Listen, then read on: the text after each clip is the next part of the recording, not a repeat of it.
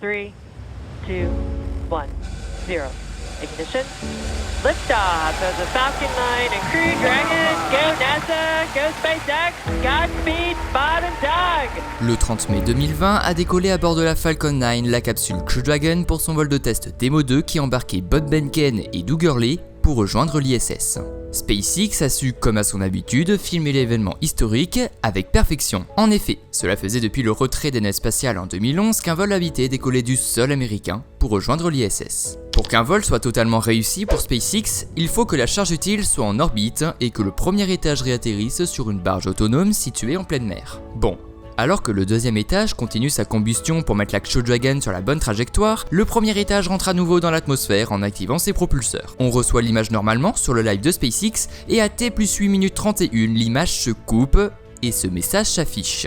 Alors bon, le stress monte un peu de notre côté et à T plus 9 minutes, le flux vidéo de la barge est transféré sur le stream. On attend donc tous, rivés les yeux sur nos écrans, que le booster réatterrisse et que les applaudissements du centre de contrôle se fassent entendre. Malheureusement, un événement va nous mettre dans un suspense encore plus intense. En effet, car c'est maintenant la barge autonome qui coupe le signal vidéo. Néanmoins, quelques secondes plus tard, le booster est bien posé verticalement sur la barge autonome en attendant sa réutilisation. Ce vol a donc été une totale réussite, mais ces quelques moments de coupure sont vraiment dommages pour le spectateur qui souhaite observer ce retour du booster. Mais alors, je me suis demandé à ce moment-là, mais pourquoi l'image se coupe-t-elle ?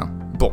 Tout d'abord, une caméra est bien évidemment disposée sur la barge pour filmer ce retour du premier étage. Cette caméra envoie un signal à une antenne située elle aussi sur la barge et cette antenne envoie alors un signal vers un satellite en orbite terrestre qui va les retransmettre à l'équipe de diffusion de SpaceX. Deux types de signaux de transmission existent, le signal omnidirectionnel et le signal directionnel. Le signal de la caméra est sans doute omnidirectionnel, tandis que l'antenne doit absolument utiliser le signal directionnel pour être assez puissant et donc transmettre le maximum de données vers le satellite. Le problème qui se produit lorsque le premier étage de la Falcon 9 arrive à proximité de la barge, ce sont les vibrations.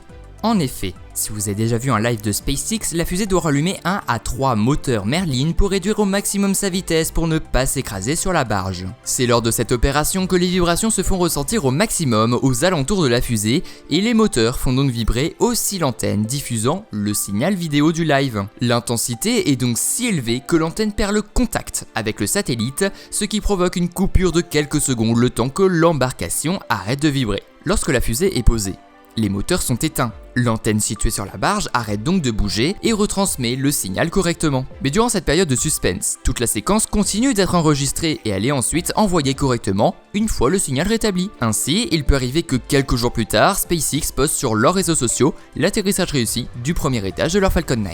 Alors évidemment, des solutions ont été envisagées pour régler ce problème. Une solution trouvée exigeait d'installer une barge similaire à une centaine de mètres et qu'elle posséderait donc sa propre antenne permettant de transmettre correctement le signal vidéo. Ainsi, cette antenne relais n'aurait pas les soucis de vibration que pose l'allumage des moteurs Merlin. Mais bon, toujours faut-il être relié à la caméra qui filme l'atterrissage. Une première solution serait de relier les deux barges par un câble. Et une autre solution serait de retransmettre les données de la caméra de la barge principale par un signal omnidirectionnel vers la barge relais qui transmettra alors les images sans le problème des vibrations. Alors c'est une solution, mais ajouter plus de navires à la flotte de SpaceX pour quelques secondes de live, c'est pas vraiment nécessaire, sachant que les images sont quand même enregistrées. De plus, cela permet de tenir le spectateur en haleine devant les images figées.